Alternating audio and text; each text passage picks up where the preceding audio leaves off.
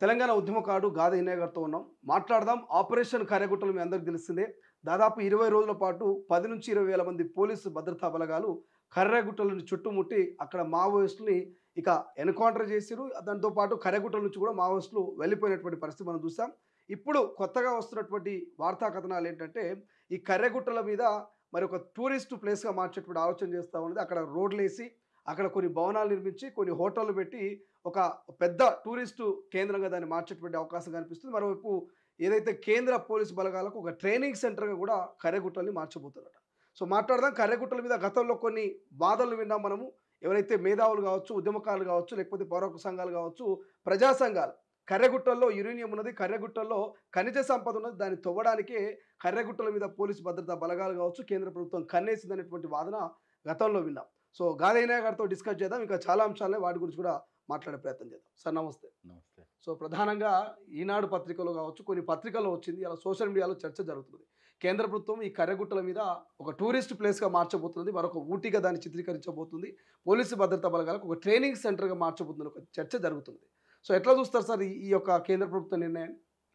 అంటే వాస్తవంగా చెప్పాలంటే భారతదేశంలో ఉన్నటువంటి ఆదివాసీ ప్రాంతాలుగా చెప్పబడే దండకారణ్యంగా పిలువబడుతున్నటువంటి ఫిఫ్త్ షెడ్యూల్ భూభాగమైనటువంటి ఈ 10 రాష్ట్రాల్లో ఉన్నటువంటి భూభాగం ఏదైతే 11.09 11.09 భూభాగం, అంటే భారతదేశం మొత్తం భూభాగంలో 11.09 భూభాగము ఫిఫ్త్ షెడ్యూల్ భూభాగంలో ఉన్నది. సరే, సిక్స్త్ షెడ్యూల్ అంటే ఈశాన్య భారతదేశం, అది సపరేట్ ఇష్యూ. మధ్య భారతదేశంగా చెప్పబడుతున్నటువంటి ఒరిస్సా కావచ్చు, ఆంధ్రప్రదేశ్ కావచ్చు, తెలంగాణ కావచ్చు, ఛత్తీస్గఢ్ కావచ్చు, మహారాష్ట్ర కావచ్చు, మధ్యప్రదేశ్ కావచ్చు, జార్ఖండ్ కావచ్చు, గుజరాత్ కావచ్చు, రాజస్థాన్ కావచ్చు, హిమాచల్ ప్రదేశ్ కావచ్చు, ఈ మొత్తం కూడా ఈ రాష్ట్రాలన్నీ కూడా భారత రాజ్యాంగంలో ఉన్న 12 షెడ్యూళ్లలో 5వ షెడ్యూలు పిలువబడే షెడ్యూల్ ఏదైతే ఉందో అది పూర్తిగా ఆదివాసీ ప్రాంతాల రక్షణ కోసం, పరిరక్షణ కోసం ఆనాడు డాక్టర్ బాబాసాహెబ్ అంబేద్కర్ గారు కావచ్చు, ఆదివాసీ ముద్దుబిడ్డ అయినటువంటి ఆక్స్ఫర్డ్లో చదువుకున్నటువంటి ఎట్లయితే గాంధీ గారు, అంబేద్కర్ గారు ఆక్స్ఫర్డ్లో చదువుకున్నారని మనం ఏదైతే మాట్లాడుతూ ఉన్నామో, జార్ఖండ్ ముద్దుబిడ్డ అన్నట్టు ఒకనాడు బీహారు రాష్ట్రంలో ఉన్నటువంటి ఆదివాసీ ముద్దుబిడ్డ జైపాల్ సింగ్ ముండా గారు ఆక్స్ఫర్డ్ యూనివర్సిటీలో చదువుకొని ఆయన కూడా కాన్స్టిట్యూషన్ అసెంబ్లీలో ప్రతినిధి. ఆయన ఆదివాసీల తరపున ఒక రాజ్యాంగ కూర్పులో, రాజ్యాంగ ప్రణాళిక రూపకల్పనలో ఆదివాసీల తరపున ఉన్నటువంటి జైపాల్ సింగ్ ముండా గారు చాలా స్పష్టంగా అప్పటికే 200-300 సంవత్సరాలుగా జరుగుతున్న ఆదివాసీ ఉద్యమాల నేపథ్యాన్ని వివరిస్తూ ఆయన ఆదివాసీల హక్కుల కోసం, ఆదివాసీ భూభాగ పరిరక్షణ కోసం 5వ షెడ్యూల్ ఏర్పాటు చేశారు. 5వ షెడ్యూల్ ద్వారా 1996లో వచ్చిందో పేసా చట్టం, ఇదే కాంగ్రెస్ పార్టీ తీసుకొచ్చింది. దాని తర్వాత ఎఫ్ఆర్ఏ వచ్చింది, ఫారెస్ట్ రైట్స్ యాక్ట్ వచ్చింది. దాని తర్వాత మనకి 1/70 వచ్చింది, ఉమ్మడి ఆంధ్రప్రదేశ్లో 1/70 వచ్చింది. మరి వీటన్నిటి ప్రకారం చూసినప్పుడు పేసా కానీ, ఫిఫ్త్ షెడ్యూల్ ప్రకారం కానీ, ఎఫ్ఆర్ఏ ప్రకారం చూసినప్పుడు ఆదివాసీ ప్రాంతాలుగా చెప్పబడే 5వ షెడ్యూల్ భూభాగంలో ఈ దేశంలో ఉన్న ప్రధానమంత్రి కూడా ఒక్క నిర్ణయం చేయడానికి వీల్లేదని చాలా స్పష్టంగా భారత రాజ్యాంగం చెప్తున్నది. ఒకవైపు భారత రాజ్యాంగం అంత స్పష్టంగా చెప్తా ఉంటే, భారత రాజ్యాంగం ప్రకారము ప్రమాణం చేసి, ప్రతిజ్ఞ చేసి పాలన చేస్తా అన్నటువంటి పాలకులు ఇవాళ 5వ షెడ్యూల్ భూభాగంలో మేము హోటళ్ళు పెడతాం, మేము రోడ్లు వేస్తాం, మేము టూరిస్టు ప్రాంతం చేస్తాం, మేము టైగర్ జోన్ చేస్తాం, మేము అది చేస్తాం, ఇది చేస్తాం అని మాట్లాడడానికి సిగ్గు శరమున్నోడు, ఏమాత్రం తెలివితేటలు ఉన్నోడు, అది ప్రధానమంత్రి అయినా ముఖ్యమంత్రులైనా వాళ్ళు ఏమైనా చదువుకున్నారా? బుద్ధి ఉందా? అసలు జ్ఞానం ఉందా? రాజ్యాంగం మీద అవగాహన ఉందా? ప్రధానమంత్రిని చెప్పుకోగానే సరిపోదు కదా, భారత రాజ్యాంగాన్ని చదవాలి కదా, భారత రాజ్యాంగంలో ఉన్న 12 షెడ్యూల్ని చదవాలి కదా. దాంట్లో మరీ ముఖ్యంగా ఆ రోజు డాక్టర్ బాబాసాహెబ్ అంబేద్కర్ గారు పదే చెప్పారు, భారత రాజ్యాంగంలో 12 షెడ్యూళ్లలో 5-6 షెడ్యూళ్ళు అతి ముఖ్యమైనవి, అతి ప్రధానమైనవి, ఇదే భారత రాజ్యాంగానికి మూల స్తంభం అని ఆ రోజు వాళ్ళు చెప్పిండ్రు. మరి ఏం చదువుకుంటారు వీళ్ళు? ఏం నేర్చుకుంటుండ్రు వీళ్ళు? అక్కడ ఏది చేయాలన్నా కానీ, ఎలాంటి నిర్ణయాలు చేయాలన్నా, మార్పులు చేయాలన్నా, ఆ భూభాగంలో చిన్న ఈ కట్టె తీసి అటు పెట్టాలన్నా, ఆ చెట్టు నాటాలన్నా, అక్కడ ఏ చిన్న పని చేయాలన్నా కానీ ఆ రాష్ట్ర గవర్నర్‌కి, లేకపోతే ఈ దేశ రాష్ట్రపతి గారికి తప్ప ఇంకెవ్వరికి కూడా అనుమతి లేదు. భారత రాజ్యాంగం ప్రకారము నిర్ణయాలు చేయడానికి. మరొకవైపు అంత స్పష్టంగా భారత రాజ్యాంగం చెప్తుంటే, మరి వీళ్ళెట్లా మాట్లాడతారు? వీళ్ళెట్లా నిర్ణయాలు చేస్తారు? ఒకవైపేమో తెలంగాణలో టైగర్ ప్రాజెక్టులు అంటారు, టైగర్ జోన్లు అంటారు, టైగర్ కారిడార్ అంటారు. ఉమ్. ఆ? ఇప్పుడు ఇంకోవైపేమో మీరు చెప్పినట్టు ఉమ్, పర్యావరణ పరిరక్షణ తోటి వన్య పరిరక్షణ అంటారు. ఇంకోవైపు టూరిస్ట్ ప్రాంతాలు అంటాడు. ఉమ్, ఇవాళ మేము అడుగుతున్నది, ఎస్, మేము రోడ్లు వేయొద్దు అంటలేము, కరెంట్ ఇవ్వద్దు అంటలేము, లేకపోతే మంచి అవకాశాలు కల్పించొద్దు. మొదలు ఎవరికి చేయాలి? ఈ భూమిని, ఈ చెట్టును, చేమను, గుట్టను, రాయిని, రప్పని కొన్ని వందల వేల సంవత్సరాలుగా కాపాడిన ఆదివాసీ బతుకుల్లో మార్పు తేవాలన్నా వద్దా? ఆ కర్రగుట్ట చుట్టూ ఉన్నటువంటి ఆ ప్రజల జీవితాల్లో మార్పు తేవాలన్నా వద్దా? వాళ్ళకి 3 పూటల తిండి పెట్టాలన్నా వద్దా? అంటే టూరిస్ట్ ప్రాంతం చేసి అక్కడికి టూరిస్టులు వస్తే ఇప్పుడు కాశ్మీర్లో ఏమవుతున్నది? దాన్ని కూడా టూరిస్ట్ ప్రాంతం చేసిండ్రు. 370ని రద్దు చేసి ఆ భూభాగంలో ఎవడైనా పోయి ఆ భూమిని కొనుక్కోవచ్చు.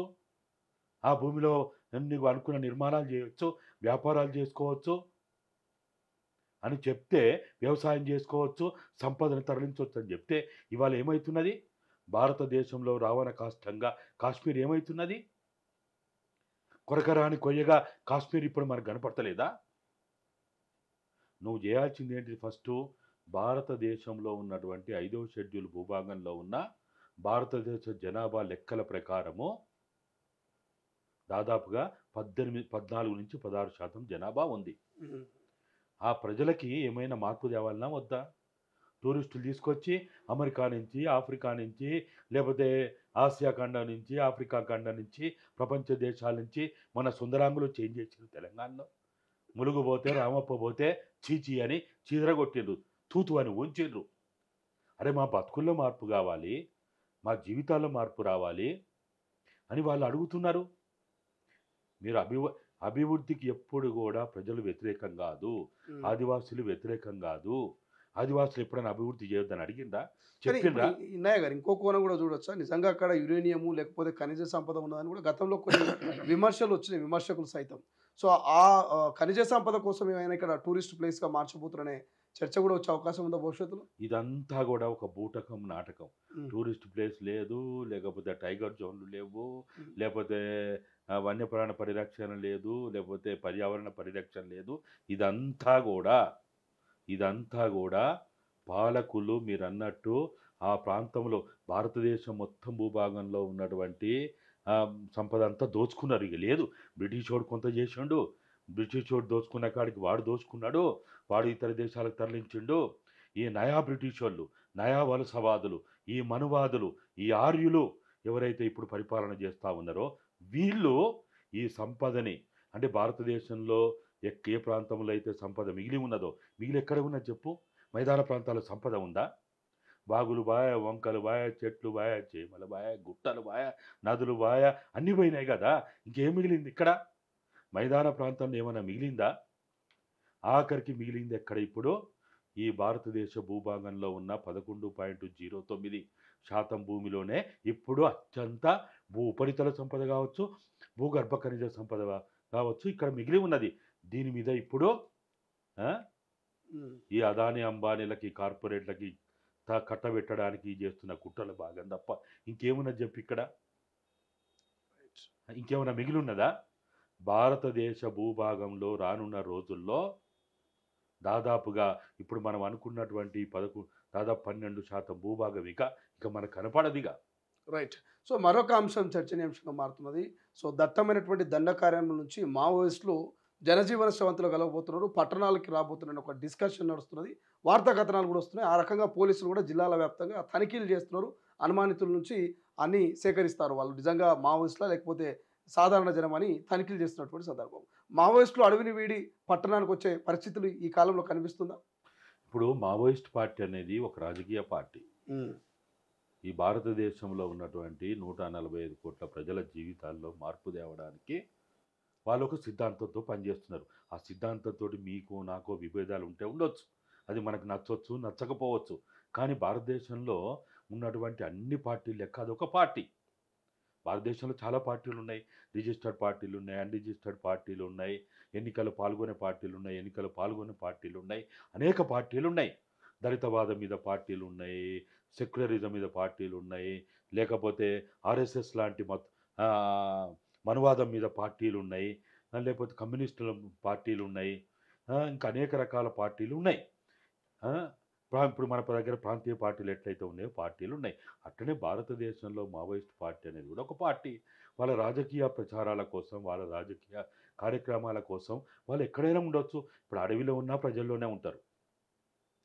మైదాన ప్రాంతాల్లో ఉన్న ప్రజల్లోనే ఉంటారు. పట్టణ ప్రాంతాల్లో ఉన్న ప్రజల్లోనే ఉంటారు. వాళ్ళ వాళ్ళ రాజకీయ నేపథ్యం కోసము, వాళ్ళ వాళ్ళ యొక్క ప్రజల సమస్యల పరిష్కార దిశగా వాళ్ళు కార్యక్రమాలు చేయదలుచుకున్నప్పుడు ఎక్కడికైనా పోవచ్చు.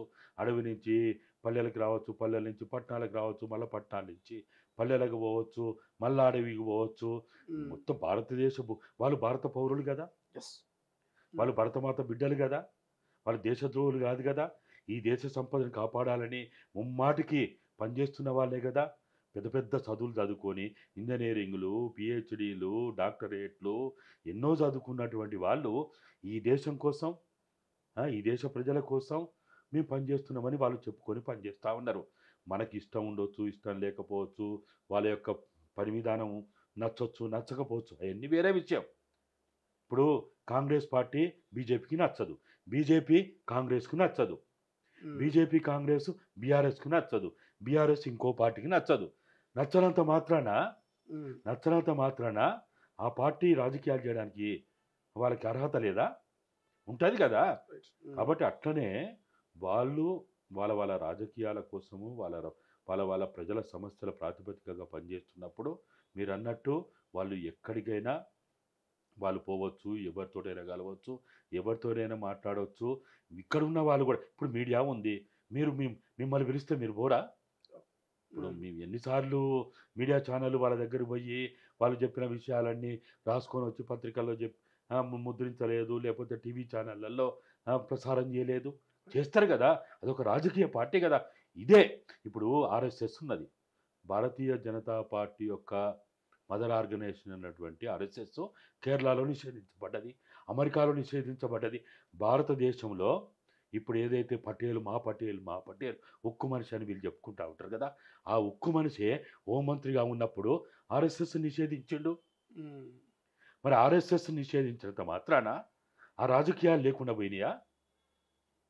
నిషేధాలు గానీ, నిషేధాజ్ఞలు గానీ, లేకపోతే ఇటువంటి ఏదైతే అనేక రకాలైనటువంటి ఒత్తిళ్ళు, ఇటువంటివన్నీ ఉంటాయి. ఉన్నంత మాత్రాన రాజకీయాలని ఆహ్, మనం తప్పు పట్టొచ్చు. ఇన్నయ్యకి ఇష్టం లేకపోవచ్చు. మావోయిస్ట్ పార్టీ రాజకీయాలు ఇన్నయ్యకి ఇష్టం లేకపోవచ్చు. మీకు ఇష్టం లేకపోవచ్చు. కానీ ఇష్టపడే వాళ్ళు ఉన్నారు గదా! రైట్. సో, ఈ ఫోన్ ట్యాపింగ్ వ్యవహారం ఎట్లా చూస్తారు సార్? అంటే గత కొన్ని నెలల నుంచి చూస్తున్నాం ఫోన్ ట్యాపింగ్ వ్యవహారము తెర మీదకి వచ్చింది. కొంత ముదిరిందది. చివరి దశకొచ్చింది. ఈ చివరి దశలోనే అసలు ట్విస్ట్ బయటపడ్డది. పర్మిషన్‌లు ఎట్లా తెచ్చుకున్నారనంటే మావోయిస్టుల పేర్లు చెప్పి మావోయిస్టుల ఫోన్‌లు ట్యాపింగ్ చేస్తామని చెప్పేసి ప్రభాకర్ రావు పర్మిషన్ తెచ్చుకున్నట్టుగా సిట్టు ఓపెన్‌గా చెప్తున్నటువంటి ముచ్చట. ఒక మావోయిస్టులను వాడుకొని ఇక్కడ ప్రజాప్రతినిధులు, సినీ ప్రముఖులు, వ్యాపారవేత్తలు, రియల్ ఎస్టేటు ఇట్లా చెప్పుకుంటూ పోతే అందరి ఫోన్‌లు ట్యాప్ అయినాయి. ఎట్లా చూస్తారు మావోయిస్టుల పేరు చెప్పి ఈ ఫోన్ ట్యాపింగ్ జరిగిన వ్యవహారాన్ని? అంటే వాస్తవంగా చెప్పాలంటే అసలు ఫోన్ ట్యాపింగ్ అనేది భారతదేశంలో అన్ని రాష్ట్రాల్లో ఉంటది. భారత ప్రభుత్వం కూడా ఫోన్ ట్యాపింగ్ చేస్తది. ఇప్పుడు గూడా ఇంత మనం ఫోన్ ట్యాపింగ్ గురించి మాట్లాడి ఈరోజు కూడా, ఈ నిమిషానికి గూడా, ఈ రాష్ట్రంలో గూడా, రేవంత్ రెడ్డి ప్రభుత్వంలో గూడా విచారణ జరుగుతున్న సందర్భంలో గూడా ఫోన్‌లు ట్యాప్ అయితలేవా? హ్మ్. ఫోన్‌లు ట్యాప్ అయితున్నాయి. అయితే ప్రభుత్వాలు ఫోన్ ట్యాపింగ్ చేయడం అనేది చాలా సర్వసాధారణమైన విషయమే. ఒక్క మొబైలే గాదు. ల్యాండ్‌లైన్ ఉన్నప్పుడు గూడా ఫోన్ ట్యాప్ జేసిండు. ఫోన్ రికార్డింగ్ జేసిండు. ఎక్స్‌చేంజ్‌లలో జేసిండు. ఆహ్, ఫో ఆహ్, ట్రంకాలు ఉన్నప్పుడు జేసిండు. ఎస్టీడీ ఉన్నప్పుడు జేసిండు. దాని తర్వాత ఈ సెల్ ఫోన్‌ల కంటే ముందొచ్చిన పేజర్‌లప్పుడు గూడా ఫోన్ ట్యాపింగ్ జేసిండు.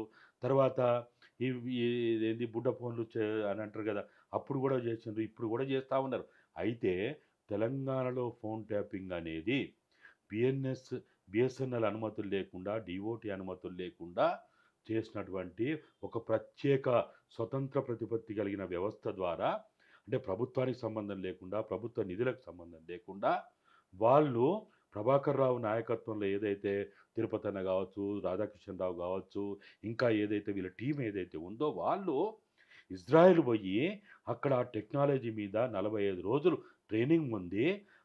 ఆ టెక్నాలజీ మొత్తాన్ని కూడా వాళ్ళు ఇక్కడికి కొనుక్కొని తీసుకొని వచ్చి అక్కడి నుంచే టెక్నీషియన్లు తెచ్చుకొని ఇక్కడ ఒక నమ్మకమైనటువంటి ప్రాంతంలో ఒక ఇంట్లో వాళ్ళు పెట్టుకొని దాని ద్వారా ఫోన్ ట్యాపింగ్ చేసిన వాళ్ళు.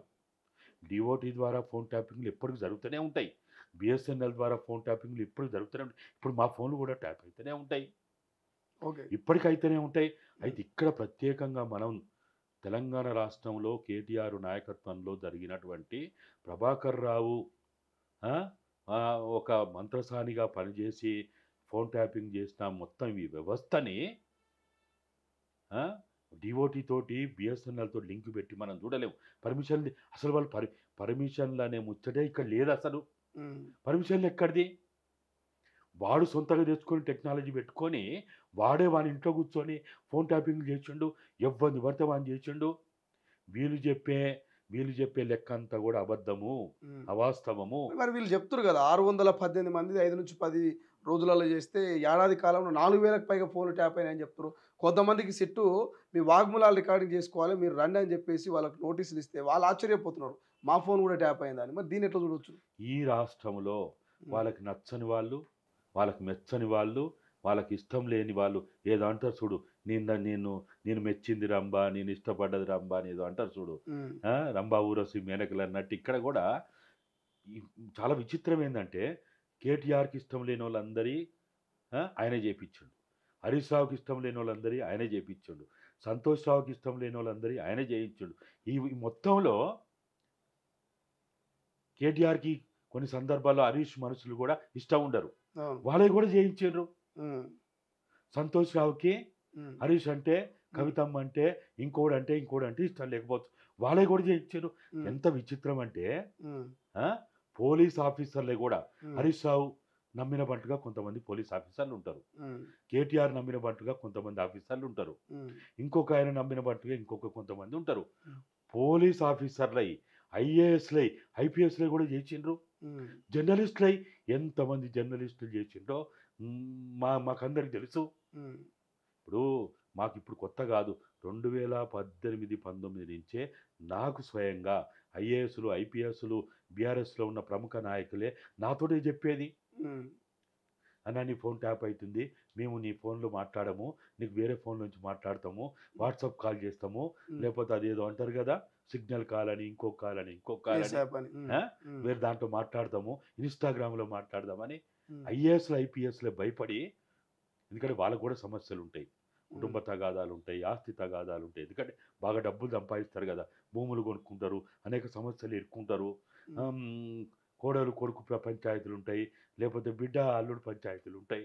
ఆ పంచాయతీల కోసం అప్పుడప్పుడు మాకు ఫోన్లు చేసినప్పుడు వాళ్ళే చెప్పేవాళ్ళు, మీ ఫోన్లన్నీ ట్యాప్ అవుతున్నాయి, ఇప్పటికంటారు, ఇప్పటికి చెప్తున్నారు. అందుకని నేను అంటున్నా, రేవంత్ రెడ్డి గారు మీ గుండె మీద చేసుకొని మీ ఇంటెలిజెన్స్ అధికారిని, మీ డీజీపీ తోటి మీరు ప్రకటన చేపియండి, ఇప్పుడు ఈ సందర్భంలో ఫోన్లు ట్యాప్ అయితే లేవని మీరు ప్రకటించండి చూద్దాం. అంటే నక్సలైట్ల పేరు చెప్పుకొని, అంటే నక్సలైట్లు అంటే ఎవరు వాళ్ళు? వాళ్ళు ఏమన్నా టెర్రరిస్టులా? వాళ్ళు ఏమన్నా ఉగ్రవాదులా? దేశద్రోహులా? వాళ్ళు ఏమన్నా దేశద్రోహులు చెప్పండి. మరి ఒకవైపు ఏమో నక్సలైట్ల దేశభక్తులని అందరూ మొత్తుకుంటారు, ఎన్టీఆర్ నుంచి ఇప్పటిదాకా అందరూ మొత్తుకుంటారు, ఎమ్మెల్యేలు, మంత్రులు, ముఖ్యమంత్రులు, దేశ ప్రధానులు, ప్రతి ఒక్కరు మొత్తుకుంటూనే ఉంటారు. మరి వాళ్ళ ఫోన్లు ఎందుకు ట్యాప్ చేయాలి? ఒకవైపు వాళ్ళు ఏమంటున్నారు, భారత రాజ్యాంగం ప్రకారం చర్చలు సిద్ధం అంటున్నారు, భారత రాజ్యాంగం ప్రకారం చట్టాలు అమలు చేయమని చెప్తున్నారు, మరి వాళ్ళ ఫోన్లు ఎందుకు ట్యాప్ చేయాలా? అవసరం ఏంటిది? ట్యాప్ చేయడానికి కారణం ఏంటిది? అరే నీకు టెర్రరిస్టులు అరికట్టడం చేత కాదు, మెగా కృష్ణారెడ్డి లాంటి ఈ రాష్ట్రాన్ని దోచుకున్నటువంటి, దొంగలించినటువంటి, ఈ రాష్ట్ర బడ్జెట్ని, ఖజానాని ఖాళీ చేసినటువంటి మెగా కృష్ణారెడ్డి ఫోన్ మాత్రం ట్యాప్ కాదు, ఆయన ఎవడు పట్టించుకోడు. ఆయన కంటే దేశద్రోహి ఎవడని ఉంటాడా? ఆయన కంటే ఉగ్రవాది ఎవడని ఉంటాడా? ఆయన కంటే టెర్రరిస్ట్ ఎవడని ఉంటాడా? ఈ రాష్ట్ర భూభాగాన్ని, ఈ రాష్ట్ర సంపదని దోచుకున్నటువంటి వాళ్ళు మాత్రం ఎవడు పట్టించుకోడు. భూమిని కొల్లగొట్టేటోడిని, కొండలు గుట్టలు కొల్లగొట్టేటోడిని, వాగులు, వంకలు, నదులని నాశనం చేసేటోడిని వాడెవడు పట్టించుకోడు. వాడి గురించి మనకు అవసరం లేదు. వాడు మాత్రం చాలా గొప్పవాడు, వాడు దేశభక్తుడు అని మనమే కిరీటాలు మనం పెడతా ఉన్నాం. కాబట్టి ఫోన్ ట్యాపింగ్ అనేది అనుమతి ఇవ్వడానికి ఎవరు అనుమతి ఇవ్వాలా? ప్రభుత్వం ఎట్లా అనుమతిస్తుంది? ఒకవేళ అనుమతిస్తే వాళ్ళు ప్రకటించాలి. వాళ్ళు ప్రకటించాలి. ఎట్లా అనుమతిస్తుంది? ఇప్పుడు ఒకరిని ఎవరినైనా కానీ ఏదన్నా ఒక ముద్ర వేసి మన పిచ్చుకు కానీ వాడిని ఇంకా ఏది పడితే అది చేస్తామా? చేయలేం కదా. కాబట్టి ఇప్పుడు ఈ ఫోన్ ట్యాపింగ్ అనేది అందరు అనుకున్నట్టు ఏమో అవుతుంది అనుకుంటారు. ఏమీ కాదు. కొండంత వెలికని పట్టినట్టు ఏదో అంటారు చూడు, కొండంత రాగం తీసి ఏమి కాలేదంటారు చూడు. అరెస్ట్ కాడు. మీరు ఏమి అనవసరంగా భ్రమలు పెట్టుకోకుర్రి, లేనిపోని సమయం వృధా చేయకుర్రి. చాలా విలువైన సమస్యలు చాలా ఉన్నాయి, ప్రజల సమస్యలు చాలా ఉన్నాయి. జూన్ మాసంలో అత్యంత ప్రధానమైన సమస్యలు విద్యారంగ సమస్యలు ఉన్నాయి, రైతుల సమస్యలు ఉన్నాయి. ఆ సమస్యల మీద మనం కేంద్రీకరణ చేసి దాని చుట్టూ మనం మాట్లాడుకోవాల్సిన అవసరం ఏమవుతుంది? ఇక్కడ ఏమైనా అవుతుందా? కాళేశ్వరం మాట్లాడిండ్రు, ఫోన్ ట్యాపింగ్ మాట్లాడుతున్నారు, ఇంకేదో రేస్ కోర్సులు ఇంకేదో మాట్లాడిండ్రు. ఏమైంది? ఏమైనా అవుతుందా? అదేంది హెచ్సియు భూముల గురించి మాట్లాడిరు. ఏమైంది చెప్పండి? ఒక నెల రోజులు నడిచింది. ఏమైంది? హెచ్సియు భూముల గురించి ఇప్పుడు ఎవరైనా మాట్లాడుతాడా? ఆ విచారణ ఎక్కడ బాయా? దానికి సంబంధించిన అంశాలు ఎక్కడ బాయా? ఎవడు మాట్లాడుతున్నాడు? ఎవరికి పట్టింపు లేదు. కాబట్టి ఈ మొత్తం ఫోన్ ట్యాపింగ్ వ్యవహారంలో ఏమీ కాదు. ఎందుకంటే ఇదంతా అలీబాబా 40 దొంగల కథ లెక్కనే ఉంటుంది. అందరు దొంగలేనా? ఎవడు కాదు. ఎవరు పంపకాలు లేవు ఇక్కడ. వీళ్ళందరూ పైకి ఏదో నువ్వు నన్ను కొట్టినాడు చేయి, నిన్ను కొట్టినాడు చేస్తా, నువ్వు నన్ను తిట్టినాడు చేయి, నిన్ను తిట్టినాడు చేస్తా అని తప్ప వీరు ఈ రాష్ట్రంలో ఉన్న ప్రధాన పార్టీలు, ప్రతిపక్ష పార్టీలు అయినటువంటి 3 పార్టీల నాయకులు రోజో 2 రోజులకోసారో వారంకోసారో మాట్లాడుకోకుండా ఎవరైనా ఉంటున్నారా చెప్పండి? కిషన్ రెడ్డి కాంగ్రెస్ వాళ్ళతో మాట్లాడతలేడా? బీఆర్ఎస్ వాళ్ళతో మాట్లాడతలేడా? లేకపోతే కేటీఆర్ కాంగ్రెస్ వాళ్ళతో మాట్లాడతలేడా? బీజేపీ వాళ్ళతో మాట్లాడతలేడా? మాట్లాడుకునే వాళ్ళు ఎవరు? కానీ రాజకీయాలు వేరు, వ్యక్తిగత జీవితాలు వేరు అంటూ చెప్తుంటారు కదా. అదే ఫంక్షన్కి పిలిచినప్పుడు పోవడమో, లేకపోతే ఎక్కడైనా ప్రోటోకాల్లో కలవడము అని అంటున్నారు. సర్వసాధారణం అనుకున్నటువంటి చర్చ కూడా చేస్తూ ఉన్నారు కదా. వాళ్ళు మీరు వ్యక్తిగత జీవితాలు, పండుగలు, పబ్బాలు, ఫంక్షన్లు పిలుచుకోండి, వద్దంటలేరు. ఎవ్వడు వద్దంటలేడు. మీరు కౌగలించుకోండి, ఆలింగనాలు చేసుకోండి, జోకులు వేసుకోండి, ఒకరి మీద ఒకరు ఏడ్చుకోండి, ఏమైనా చేయండి. కానీ మేము ఏది కాదంటలేవు. కానీ మీరు మాట్లాడుకుంటున్నది రాజకీయాలే మాట్లాడుకుంటున్నారు. మీ పంపకాల గురించే మాట్లాడుకుంటా ఉన్నారు, మీ దోపిడీ గురించే మాట్లాడుకుంటా ఉన్నారు. ఇది మాట్లాడుకుంటలేరని మీరు ఈ వ్యాపార సంబంధాల్లో కాంట్రాక్టర్లు కానీ, రియల్ ఎస్టేట్లో కానీ, పరిశ్రమలో కానీ, లేకపోతే ఇంకా అనేక రకాలైనటువంటి వ్యాపారాల్లో వీళ్ళందరూ పార్టీలకు అతీతంగా పార్ట్నర్స్ లేరా? డైరెక్టర్లుగా లేరా? వ్యాపారాలు చేస్తలేరా? ఎవరు చేస్తలేరు చెప్పు? అయితే డైరెక్ట్ వాళ్ళ పేరుతోటే ఉంటారు, లేకపోతే బినామీల పేర్లతోటి ఉంటారు. ఈ రాష్ట్రంలో 29 ఇథనాల్ ఫ్యాక్టరీలు పెడితే 29 ఇథనాల్ ఫ్యాక్టరీలలో బీజేపీ వాళ్ళు ఉన్నారు, కాంగ్రెస్ వాళ్ళు ఉన్నారు, బీఆర్ఎస్ వాళ్ళు ఉన్నారు. ఇప్పుడు ఇక్కడ 4th సిటీ అని ఏర్పాటు చేశారు. మీ అందరికీ తెలుసు. మీరు కూడా దాని మీద చాలా విషయాలు మాట్లాడిన అన్ని చేశారు. ఈ 4th సిటీలో బీజేపీ వాళ్ళకి భూములు లేవా? కాంగ్రెస్ వాళ్ళకి భూములు లేవా? బీఆర్ఎస్ వాళ్ళకి భూములు లేవా? ఈ రాష్ట్రంలో ఉన్న మంత్రులలో ఏ మంత్రికి అక్కడ భూమి లేదు చెప్పండి? ఆఖరికి దళిత బిడ్డ, ఆదివాసీ బిడ్డ అని చెప్పుకునే సీతక్కకు భూమి లేదా? బట్టికి భూమి లేదా? అక్కడ 4th సిటీలో భూములు ఉన్నాయి కదా. బీఆర్ఎస్లో భూములు ఉన్నాయి, బీజేపీలో భూములు ఉన్నాయి. మరి ఎట్లా ఉంటాయి మీకు భూములు? పైకి చూడా అందరూ అనుకుంటారు ఫామ్ హౌస్లో పంచాయతీ జరిగింది కదా ఒక నెల రోజులు. హైడ్రా అని పెద్ద డ్రామా కంపెనీ చేసిండ్రు. మరి ఎక్కడ పోయి హైడ్రా? 2 నెలలు ఏదో నడిపిండు కదా. ఏ ఫామ్ హౌస్ అయినా ఒక్క ఫామ్ హౌస్ గేటునన్నా వీళ్ళు చేయగలిగిండ్రా? 111 జీవో కావచ్చు, లేకపోతే మనకున్న గండిపేట ప్రాంతంలో ఉన్న ఆ భూభాగంలో ఉన్నటువంటి ఆ పరివాహక ప్రాంతంలో ఉన్నటువంటి హైడ్రా పరిధిలో వస్తున్నటువంటి ఏ ఒక్కదాన్నైనా వీళ్ళు కనీసం ఒక గేటు తీయగలిగిండ్రా? గేటును టచ్ చేయగలిగిండ్రా? ఏం చేసిండ్రు? ఓ నా మీద కేసు పెట్టిండు, నేను డ్రోన్ వేస్తే కేసు పెట్టించిండు, నన్ను జైలుకి పెట్టించిండు రేవంత్ రెడ్డి మస్తు మాట్లాడిండు. ఏది కేటీఆర్ జన్వాడ ఫామ్ హౌస్ గురించి. మరి ఎక్కడ బాయ్ ఇలా జన్వాడ ఫామ్ హౌస్ ఎక్కడ బాయ్? మీరు ఎక్కడ పంచుకున్నారు? మీరు పంపకాలు చేసుకున్నారా? ఏమైంది జన్వాడ ఫామ్ హౌస్ కేసు ఏమైంది? మీరు ఎందుకు మాట్లాడతలేరు? గత 9.5 సంవత్సరాల పాలనలో 100,000 ఎకరాలు అన్యాక్రాంతమైనని స్వయంగా రాహుల్ గాంధీ గారే హైదరాబాదు నడిమొడ్డున Ashok Nagar RTC cross road నిలబడి మాట్లాడిండు. ఒక్క గజం కూడా వెనక్కి తీసుకురాకుండా ఊకోము, సెంటు భూమి కూడా వదలమని చాలా పెద్ద పెద్ద మాటలు మాట్లాడారు. ఎన్ని సెంట్లు వచ్చినాయి? ఎన్ని గజాలు వచ్చినాయి? ఎన్ని ఎకరాలు వచ్చినాయి? ఎన్ని గుంటలు వచ్చినాయి? నాకు తెలియకపోవచ్చు. మరి మీరు చెప్పండి, మీడియా చెప్పండి. కాబట్టి వీళ్ళంతా తోడు దొంగలే. దోపిడి కాడ, పీడన కాడ, లేకపోతే రాజ్యహింస కాడ కులం ఉండదు, మతం ఉండదు. వీళ్ళందరూ కలిసే ఉంటారు.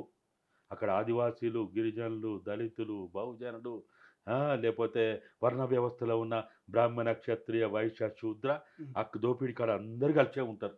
సో ఇది మొత్తం మీద ఫోన్ ట్యాపింగ్ వ్యవహారంలో ఏం జరగదు. సో కొండందవి ఎలకన పట్టినట్టే తప్ప అందులో పెద్దగా ఏం ఉండదు. దీని మీద పెద్ద హడావిడి కాదు. రాష్ట్రంలో విద్యారంగంలో కావచ్చు, లేకపోతే ఇతరితర వ్యవసాయ రంగాల్లో కావచ్చు, అనేకమైనటువంటి సమస్యలు ఉన్నాయి. ఆ సమస్యల మీద ప్రజలు ఫోకస్ పెట్టాలి తప్ప ఈ ఫోన్ ట్యాపింగ్, కాళేశ్వరం, ఈ ఫార్ములా ఈ రేస్ ఇటువంటి అంశాలు 3 నాళ్ళ ముచ్చటే. గతంలో జరిగినటువంటి అనేకమైనటువంటి సంఘటనలు మనం చూసాం. ఏదైతే హెచ్యు భూముల వివాదం కావచ్చు, లేకపోతే కేటీఆర్ ఫామ్ హౌస్ కావచ్చు, హైడ్రా కావచ్చు, ఇవన్నీ 3 రోజులు మెరిసినటువంటి అంశాలే. సో దయచేసి ఖచ్చితంగా ప్రజా సమస్యల మీద ప్రజలు ఫైట్ చేయాలి తప్ప ఈ ఫార్ములా ఈ రేస్ లాంటి అంశాలు కావని చెప్పేసి గాదయ్య చెప్తున్నటువంటి పరిస్థితి. చూద్దాం మరోవైపు మరి కర్రెగుట్టల విషయంలో కూడా కేంద్రం వెనక్కి తగ్గాలన్నట్టుగానే చెప్తా ఉన్నారు. అక్కడ ఏం చేయాలన్నా ఇటు గవర్నర్ పర్మిషన్, అటు రాష్ట్రపతి పర్మిషన్ ఉండాల్సిందే.